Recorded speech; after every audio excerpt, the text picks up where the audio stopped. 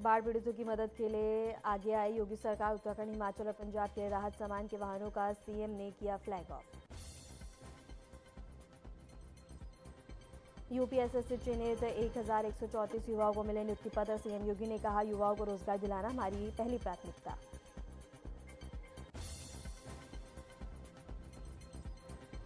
UP में CMHO के ताबड़तोड़ तबादले। मथुरा, रामपुर से लेकर हरदौई तक बदल गए मुख्य चिकित्सा अधिकारी।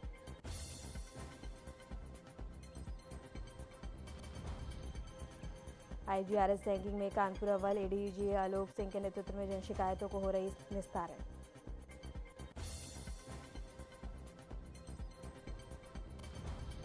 कासगंज में बीजेपी सांसद की बहन को ससुर ने बीच सड़क लाठियों से पीटा। प्रताड़ना और नहाते वक्त वीडियो बनाने का आरोप। वीडियो हुआ वायरल।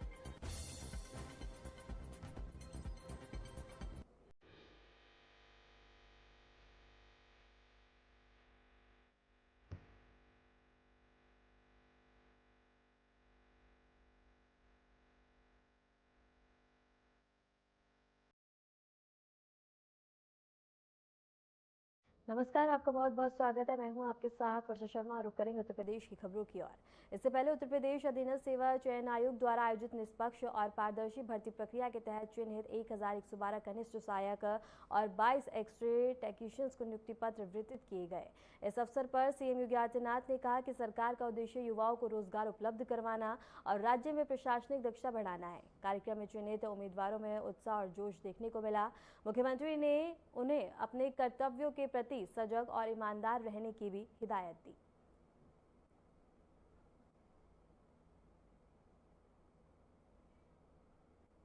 रुक करेंगे अगली खबर की ओर। उत्तर प्रदेश सरकार ने स्वास्थ्य विभाग में बड़े फेरबदल के तहत 6 मुख्य चिकित्सा अधिकारियों की पोस्टिंग की है। शासन ने नए आदेश जारी कर डॉक्टरों को उनके अपने जिलों में सीएमओ पद पर नियुक्त किया है। डॉक्टर राधा वल्लभ को मथुरा का सीएमओ बनाया गया। डॉक्टर भवनाथ पांडे को हरदौई का सीएमओ बनाया गया। डॉक्टर दीपा सिंह को सीएमओ रामपुर और इसके साथ ही बता दें कि डॉक्टर राजेंद्र प्रसाद को सीएमओ एटा बनाया गया और डॉक्टर ननूक राम को आजमगढ़ का सीएमओ बनाया गया है। तो वहीं डॉक्टर चंद्र प्रकाश को सीएमओ कुशीनगर बनाया गया। यह तैनाती स्वास्थ्य सेवाओं में सुधार और बेहतर प्रशासनिक कार्यकुशलता सुनिश्चित करने के उद्देश्य से की गई है।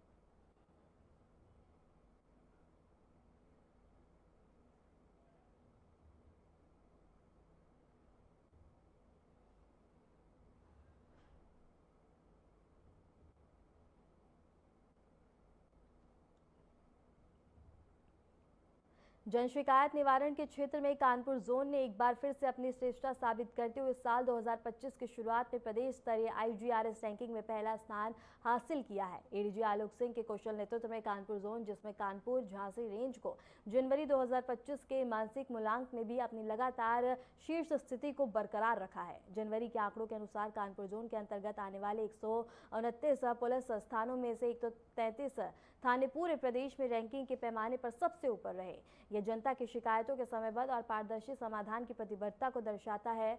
इस जोन ने लगातार 12 महीनों तक आईजीआरएस में प्रदेश भर में पहला स्थान बनाए रखा है और इस उपलब्धि का बड़ा श्रेय एडीजी आलोक सिंह को जाता है, जिनके सशक्त नेतृत्व और निगरानी तंत्र ने शिकायतों के निस्तारण की दिशा में जोन को मजबूती दी है।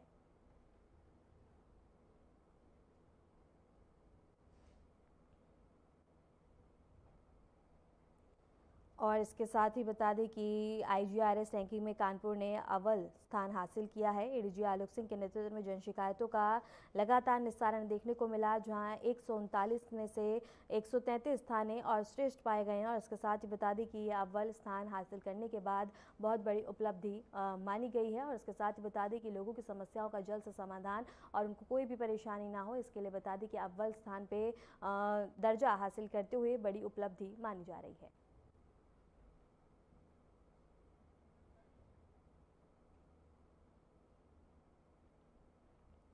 अयोध्या राम मंदिर परिसर में गिलहरी की प्रतिमा स्थापित की गई। मान्यता है कि राम सेतु निर्माण में गिलहरी ने भी अपना योगदान दिया था। इसी योगदान को सम्मान देते हुए अंगद टीले पर यह प्रतिमा लगाई गई है। प्रतिमा मंदिर की ओर बता दें कि निहारती हुई नजर आती है। श्री राम जन्मभूमि तीर्थ क्षेत्र ट्रस्ट के अध्यक्ष नुपेंद्र मिश्रा ने बताया कि मंदिर निर्माण अपने अंतिम चरण में है और जल्द ही गुणवत्ता जांच की प्रक्रिया शुरू होगी। पहले व्यक्ति के सामने जो एक नया सूरज बन रहा है, अंगर टीला के बगल में, तो वो देखना है। अंगर टीला पे गिलहरी जी हैं, उसका देखना है, निरीक्षण करना है, और फिर उसके बाद बाकी जगहों पे भी करूँगा। अब यूँ आप सोचें कि हम लोग पूरी तरह प्रयासरत हैं कि एक तरफ तो निर्माण कार्य पूर्ण हो, उसकी क्वालिटी, गुणवत्ता जो है उसकी जांच शुरू कर दी जाए। अब बाकी सभी निर्माण कार्य अब अपने पूर्णता की ओर है। और कल जिला प्रशासन से भी बैठक इस दृष्टि से हुई कि जिला प्रशासन की जो अंदर गुमटियां हैं, खासतौर से सिक्योरिटी की, उनको किस प्रकार से रैशनलाइज किया जाए और उनका समन्वय, जो बाउंड्री वॉल बन रही है लगभग 4 किलोमीटर से ऊपर, जिसमें 25 पुलिस के वॉच टावर होंगे, तो उनके साथ किस प्रकार का समन्वय हो कि कोई दोहरा निर्माण या गुमटी भी हो और वहां पे भी हम वॉच टावर बनाएं। कासगंज जिले में गंगा नदी का जलस्तर बढ़ने से पटियाली क्षेत्र के 20 से अधिक गांवों में बाढ़ की स्थिति बन गई है। इस मामले में समाजवादी पार्टी की राष्ट्रीय प्रवक्ता जाहिदा सुल्तान ने कलेक्ट्रेट में अपर जिलाधिकारी से मुलाकात की। जाहिदा सुल्तान ने पहले बाढ़ प्रभावित क्षेत्रों का दौरा किया था। उन्होंने ग्रामीणों के साथ मिलकर वहां की स्थिति का जायजा लिया। इसके बाद बता दें कि एडीएम को ज्ञापन सौंपा। ज्ञापन में बता दें कि नगला हंसी क्षेत्र में पक्का बांध बनाने की मांग की गई है। सपा प्रवक्ता ने बाढ़ प्रभावित गांवों में डॉक्टरों की टीम भेजने का अनुरोध किया। साथ ही प्रभावित क्षेत्रों में तत्काल राहत कार्य शुरू करने की मांग की है। उन्होंने किसानों की बर्बाद फसलों का मुआवजा दिलाने की भी मांग रखी है।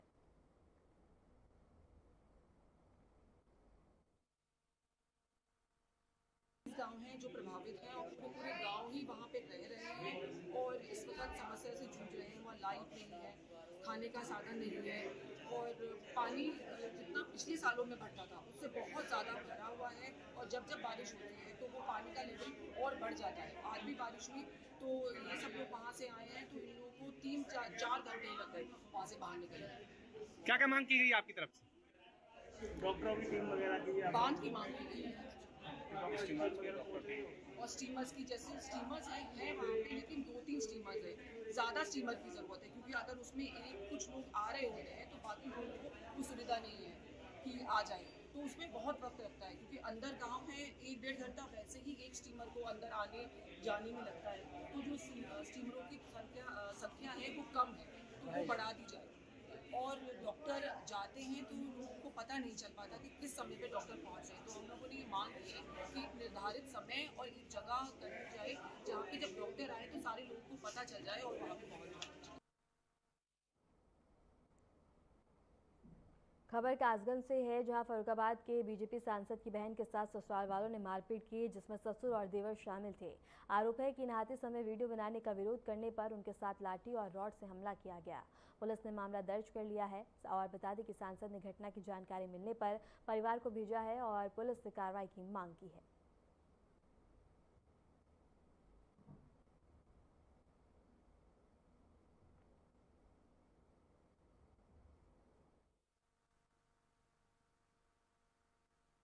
कल दिनांक 7 सितंबर 2025 को थाना सहावत की पुलिस को एक सूचना प्राप्त हुई कि मोहल्ला रानी अवंतीबाई नगर की एक महिला, जिसका नाम रीना पत्नी रविंद्र सिंह है, को उसके ससुराली जन द्वारा मारपीट की गई। सूचना मिलते ही तत्काल प्रभाव से महिला का मेडिकल परीक्षण कराते हुए सुसंगत धाराओं में अभियोग पंजीकृत कर दिया गया है। साथ ही उसके ससुर और उसके देवर को पुलिस हिरासत में ले लिया गया है। अन्य वैधानिक कार्रवाई की जाएगी।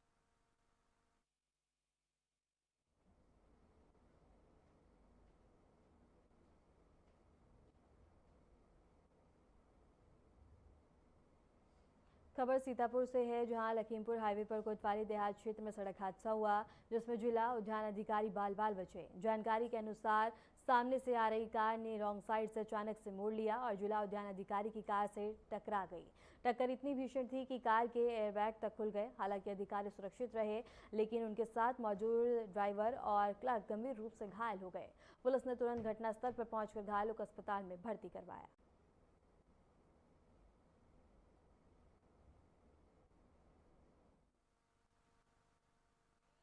हम लोग आ रहे थे इधर से हरगांव सत्यापन करके, सडनली ये गाड़ी आई, ये जो खड़ी है जी जी जी, और ये अचानक बहुत तेजी से निकली, इसने हमारी गाड़ी को ठोकर मारा जी जी, और अचानक से गाड़ी भिड़ा दी, हमारी गाड़ी में भिड़ा दिया। हमारे ड्राइवर को सब कितने लोगों को चोट लग गए मैम? हम थे, हमारे कलर थे और हमारे ड्राइवर था। क्या नाम है मैम आपका? राजश्री।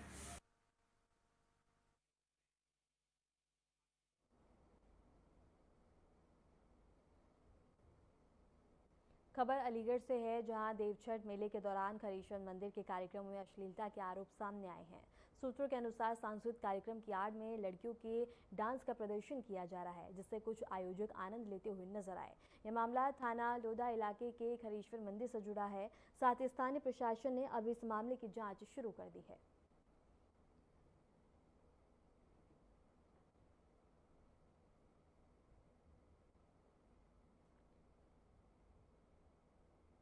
कानपुर के कल्याणपुर थाना क्षेत्र में एक युवक की संदिग्ध हालात में मौत हो गई। परिजनों का आरोप है कि कुछ लोग अभिषेक को बहला फुसलाकर सुनसान गली में ले गए और वहां बेरहमी से उसकी हत्या कर दी। सीसीटीवी फुटेज में ये साफ नजर आ रहा है कि अभिषेक संदिग्ध लोगों के साथ जा रहा था और परिजनों ने पुलिस पर गंभीर आरोप लगाए हैं। उनका कहना है कि घटना की जानकारी मिलने के बावजूद पुलिस ने समय रहते कोई ठोस कार्रवाई नहीं की है। दरअसल पुलिस ने अभी तक मुकदमा दर्ज नहीं किया और परिजनों से कहा गया है कि पहले सबूत लाओ, फिर मुकदमा दर्ज किया जाएगा। इस घटना ने कानपुर में पुलिस की कार्यप्रणाली पर सवाल उठा दिए हैं। परिजनों के बीच गहरी निराशा और आक्रोश पैदा है।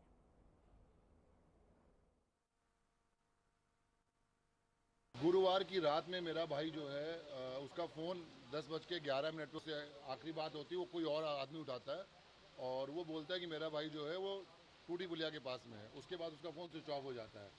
हम लोग थाने जाते हैं, रात में 11:15 बजे के आसपास लगा था उसका फ़ोन स्विच ऑफ आने के बाद में वहाँ पे उसको पूरी विवरण देते हैं कि भाई इसको खोज दीजिए या मोबाइल की लोकेशन बता दीजिए ताकि हम लोग उसको खोज लें। परंतु पुलिस बोलती है कि सुबह 10 बजे से पहले हम आपकी कोई मदद नहीं कर पाएंगे। वहाँ पे राजवीर जी हैं, उनसे बात हुई तो उन्होंने 10 बजे से पहले सर्विलांस नहीं लगा पाएंगे, हम आपकी कोई मदद नहीं कर पाएंगे, आप विवरण दे दीजिए, कुछ जानकारी मिलती बताते हैं। रात्रि 3 बजे तक मैं अपने दोस्तों के साथ में उसको उसी एरिया में, गोवा गार्डन के एरिया में खोजता रहा। उसका फ़ोन लगातार स्विच ऑफ जाता रहा।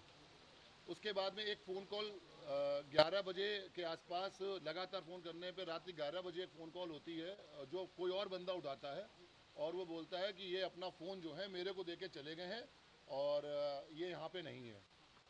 उसके बाद सुबह मैं फिर वापस उठ के, मेरे को पुलिस से कोई इन्फॉर्मेशन नहीं मिलती है, सुबह फिर मैं उसी एरिया में खोजने के लिए जाता हूँ। 3 बजे घर आने के बाद में तो फ़ोटो दिखा के अपने भाई की गली वालों से, मोहल्ले वालों से, सड़क वालों से पूछता हूँ तो वो ये बोलते हैं कि भैया आगे गली में एक लड़का पड़ा, देख लीजिए कहीं आपका भाई तो नहीं है। और जाता हूँ तो उसका वहाँ पे शव पड़ा होता है। 38 वर्षीय युवक का शव झाड़ियों में पड़ा मिला था। इस सूचना पर थाना कल्याण पुलिस ने उसको ले आए, पंचायतनामा कार्रवाई कराई गई है। कल पोस्टमार्टम हुआ है, उसमें मृत्यु का कारण जो है स्पष्ट नहीं है, विसरा प्रिजर्व किया गया है। संपूर्ण तथ्यों की गहराई से जांच की जा रही है और इस पर आवश्यक विधिक कार्रवाई कराई जाएगी।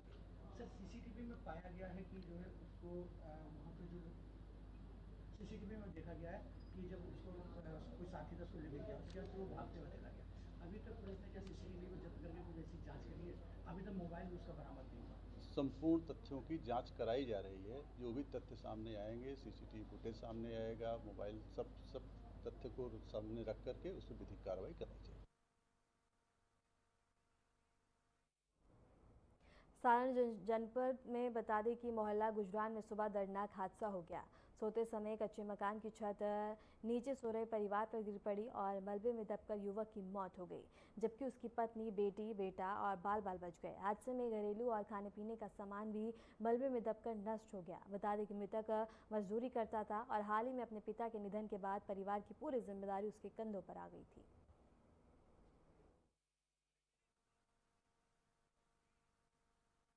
मामला यह है जी, एक लड़का है अफसरून था बेचारा, वो रात को अपने बच्चों के साथ कमरे में पड़ा, कच्चा मकान है, कच्ची छत है, और 5 बजे ठीक पूरी छत उसके ऊपर डल गई। वो घर में कौन कौन मौजूद थे? अंदर उसके 3 बच्चे थे, घर वाले थे, घर वाले तो बच्चों ने लेकर खींच के एकदम बाहर निकल गई। अच्छा जी, वो एकदम से वहीं कहीं दबगा, फिर मोहल्ले पड़ोस के गए, वहाँ से काटा, वो बहुत देर लो तो, लेकिन बस वो निमटे गया था वहीं से, वो कच्चे मकान में। और कई बार उस बेचारे ने उसका फार्म भी भर रखे, अब भी उसने 3 महीने से ऑनलाइन करा रखा। और मैं सुबह कोतवाल को फ़ोन करा, बस सब मीडिया वालों को फ़ोन करा, सारा आगे, पटवारी आगे, एसडीएम पर फ़ोन करा, उसका नंबर स्विच ऑफ था। बस यही है, बस गरीब जी नहीं जी, उस पर ले गए, ये नहीं मटका था जी, ये नहीं मटका था। कहाँ चोट आई है जी? कमर पे है जी, कमर पे, यहाँ से गाटर लगा हुआ है, गाटर पुल्ले के ऊपर गाटर लगा हुआ है यहाँ से। अच्छा, जैसा प्रशासन चाहता है कि भाई से कुछ मदद मिले सरकारी, इसके लिए पोस्टमार्टम जरूरी है। जी, पोस्टमार्टम तो जरूरी है, लेकिन माँ नहीं मान रही जी, उस बच्चे की जो माँ है वो नहीं मान रही कि पोस्टमार्टम ना मेरे बच्चे को। खबर बस्ती से है, जहां नगर थाना क्षेत्र के पास पुलिस और अपराधियों के बीच देर रात मुठभेड़ हुई। पुलिस के अनुसार आरोपी नाबालिग छात्रा को बता दें कि कस्तूरबा गांधी आवासीय विद्यालय से अगवा कर उसके साथ गैंगरेप किया और फिर उसे देह व्यापार के धंधे में उतारकर मोटा धन कमाते थे। मुठभेड़ के दौरान आरोपियों ने पुलिस टीम पर कई राउंड फायरिंग की। इस कार्रवाई में थाना अध्यक्ष नगर के हाथ में गोली लगी। सुरक्षा और कड़ी कार्रवाई के बीच पुलिस ने नाबालिग छात्रा को सकुशल बरामद कर लिया है।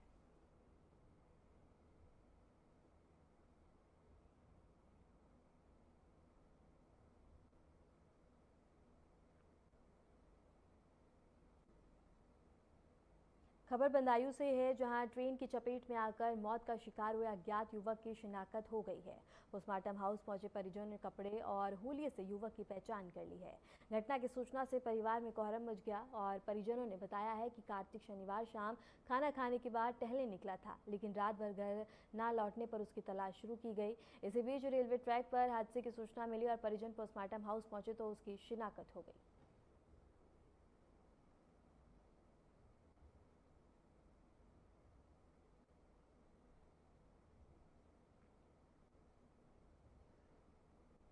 खबर झांसी से है, जहां सिपरी बाजार थाना क्षेत्र में दिन दहाड़े हुई फायरिंग से इलाके में दहशत फैल गई। बाइक सवार बदमाशों ने एक युवक पर ताबड़तोड़ गोलियां चलाई, जिसमें युवक गंभीर रूप से घायल हो गया। आनन फानन में घायल को मेडिकल कॉलेज पहुंचाया गया, जहां चिकित्सकों ने उसे मृत घोषित कर दिया। घटना के बाद से इलाके के दुकानदारों में भी दहशत का माहौल है। घटना ग्राम भोजला के मुख्य चौराहे की है।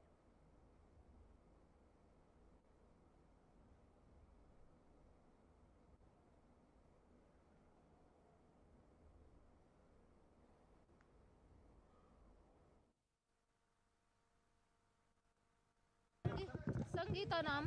कहाँ गई थी आप? क्या बैंक गए थे पैसा काढ़वे, गए थे। लगे थे आदमी, चारों बगल से लगे थे। कहाँ से कहाँ जा रही थी आप? बैंक से घरे आ रहे थे। रंजिश किस चीज की है? पहले बड़े बच्चा को पकड़ के मारा। आज हम लोग जा रहे थे पैसे निकालने, हमारी माताजी भी हती, लेट से भी हती, घायल है माताजी भी। 10-11 लोग हते, ताबड़तोड़ गोली चलाई मैंने तो साहब, 4 गोली लगी 5 बार। हमारे भोजलाई पे निबली के बगल में हम हो थे साहब, हम भी भगे साहब। वो तो वे साहब इतने अपराधी के लोग हैं कि एक इसका भाई पहले भी मार डाला साहब, आज तक उसको इंसाफ नहीं मिलो, ना कोई मुकदमा लगो। नरेश यादव, उसका 5 साल पहले इन्हें मार डालो। हम कानपुर IGDIG सबके पास फिरे, लेकिन पुलिस को लाश नहीं मिली। सुबह पुलिस ने कुछ कार्रवाई नहीं करी साहब, पुलिस भी क्या कर सकती, लाश नहीं मिली। सरकार ने इतना सफाई से काम करो। ये सब लाए थे 315 12 नंबर की, सब चलाई इनने तो साहब। समझ भी को 4-5 गोली लगी भाई, समझ भी को मौका ही नहीं था इनने तो। अरविंद यादव 38 साल हो जी, बहुत आर्थिक पुलिस की नुगंजा काटी उनने, पुलिस की नुगंजा काटी, पुलिस की अवधेश दुबे की इनने नुगंजा काटी, पुलिस की। गांव में भी इनने 3-4 आदमियों को घाया। बहुत अपराधी किस्म के लोग हैं। रिंकू यादव पूरा घर है इनको, सब नाम हम ले ही नहीं पा रहा है हाथ पाँव। पूर्व प्रधान है जी, रिंकू, कैलाश, राहुल, ये सब लोग इतने अपराधी किस्म के लोग हैं। हजारन कांड कर डाले इन्हें, चोरी चपाटी लूट मार हर चीज इनकी पूरी आपराधिक लिस्ट है इनकी साहब। बेई भी हते पूरे, बेई तो इतने भरे कि पूरे गांव को तार हैं साहब, बाहर के का करें। आपके चाचा चाची साथ में थे? सब हते, हम सब हते। कहाँ से आ रहे थे? घर से आ रहे थे, झांसी जा रहे थे। इसके साथ ही झांसी से ये खबर है, जहां पुरानी रंजिश में गोलियां चलाई गई। दिन दहाड़े फायरिंग से लोगों में दहशत है, परिवार वालों में कोहराम मचा हुआ है। बता दें कि ये तस्वीर झांसी की हम दिखा रहे हैं, जहां झांसी में बदमाशों का आतंक दिन दहाड़े देखने को मिला है और पुरानी रंजिश में गोली चलाई गई, जिसके बाद बता दें कि परिवार में काफ़ी ज़्यादा दहशत का माहौल और व्यापारियों में, दुकानदारों में भी काफ़ी ज़्यादा भय देखने को मिल रहा है। सूचना मिलते ही मौके पर पहुंची पुलिस और पूरे मामले की छानबीन में लगी हुई है और इसके साथ ही परिवार को भरोसा दिलाया गया है कि जल्द ही पूरे मामले में जांच तेज की जाएगी और खुलासा किया जाएगा और आरोपियों को पकड़ा जाएगा। दिन दहाड़े फायरिंग से आसपास के लोगों में दहशत है और जैसे ही बता दें कि फायरिंग हुई तो लोग एकत्रित हो गए और इसके साथ ये दृश्य देखने के बाद लोगों में काफ़ी ज़्यादा दहशत फैल गई है। दुकानदारों में दहशत है और परिवार वालों का बुरा हाल है। इसके साथ ही सूचना मिलते ही मौके पर पहुंची पुलिस अब पूरे मामले की जाँच पड़ताल में लगी हुई है।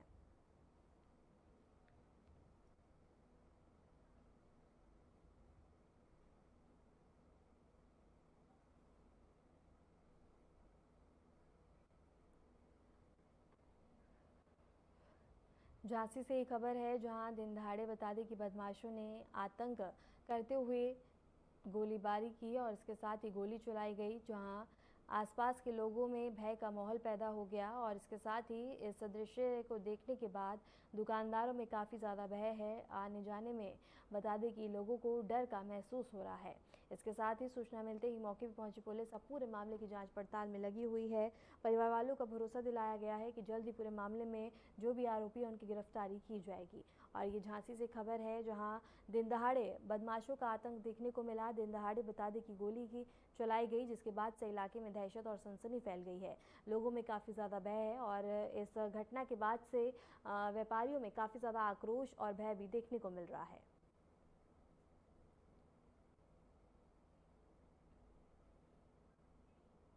बदायूं जिले के जामनगर गांव में पहाड़ों पर हो रही लगातार भारी बारिश के कारण गंगा नदी में उफान आ गया है, जिससे गांव में बाढ़ की स्थिति उत्पन्न हो गई है।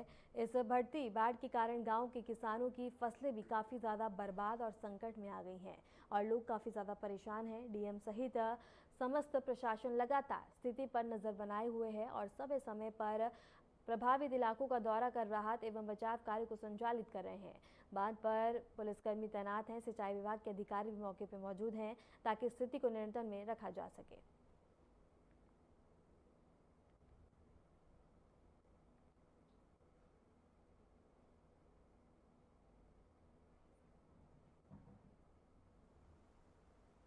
यहाँ पे जूनियर इंजीनियर थे। सर यहाँ पर जो गंगा जी का पानी जो बढ़ा था, कब से बढ़ा था?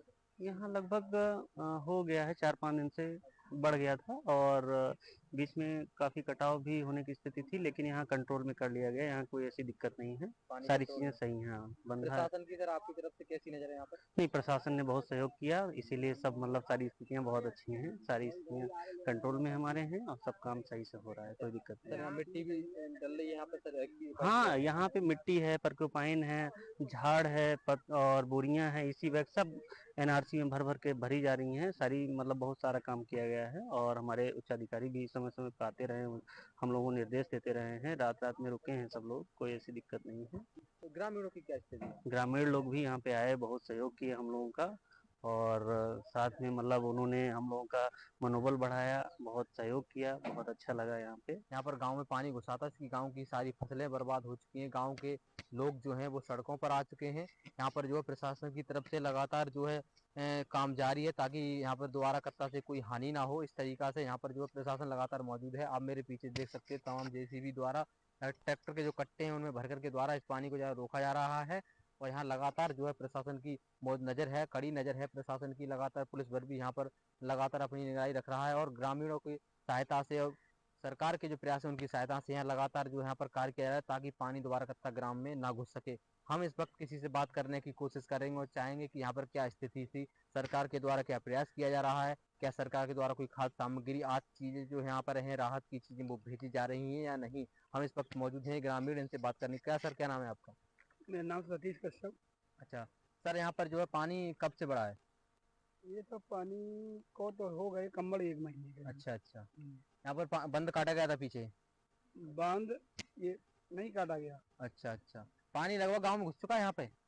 गंगा जी का पानी नहीं है, ये मान लो वो है सीपेट का पानी। अच्छा अच्छा अच्छा। सीपेट का।